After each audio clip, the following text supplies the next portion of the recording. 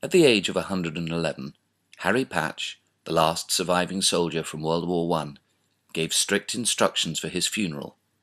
There should be no weapons on display.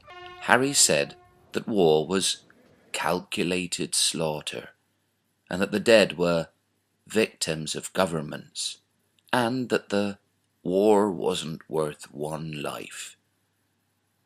The last living witness to the war to end all wars would stoutly declare that he'd no time for thieving politicians' lies.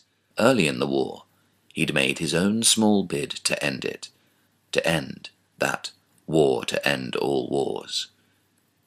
Harry'd made a pact with 5 fellow soldiers that they'd never kill a man, that they'd never kill a single enemy.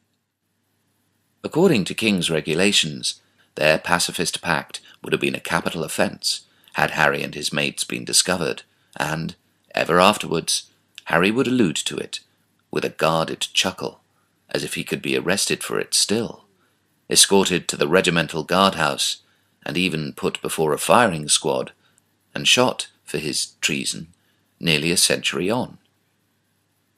Just after the illegal invasion of Iraq, a real traitor, the then Prime Minister, Tony Blair, hoped to meet Harry, now becoming well known as the Last Tommy, with a view to his exploiting him in a photo opportunity designed to heighten Blair's own profile. After Blair effected the introduction, he edged towards Harry's wheelchair, then hovered beside him, grinning, as if attempting to absorb his stardust and even claim it, in some way, for his own. But unexpectedly, he met with Harry's sharp rebuff.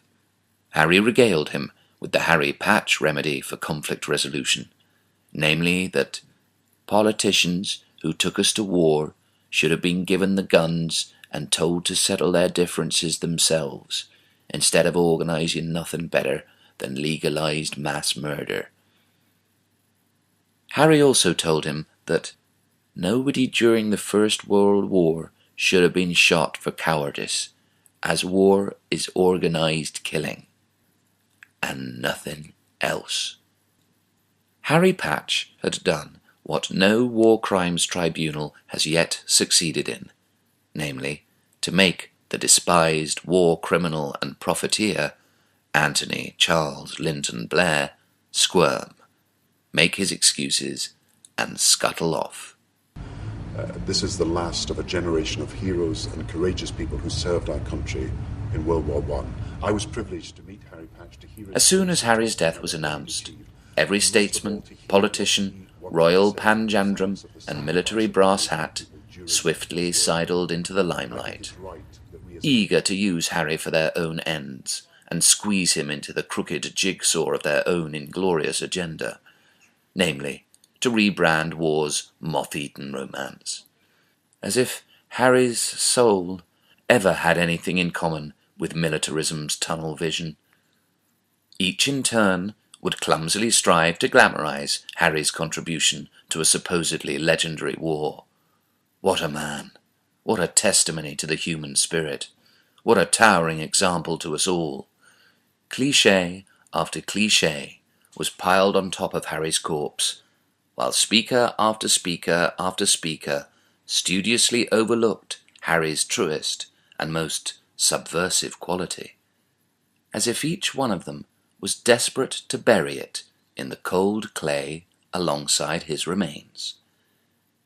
Every single person paying homage solemnly omitted to mention what it was that Private Harry Patch had done.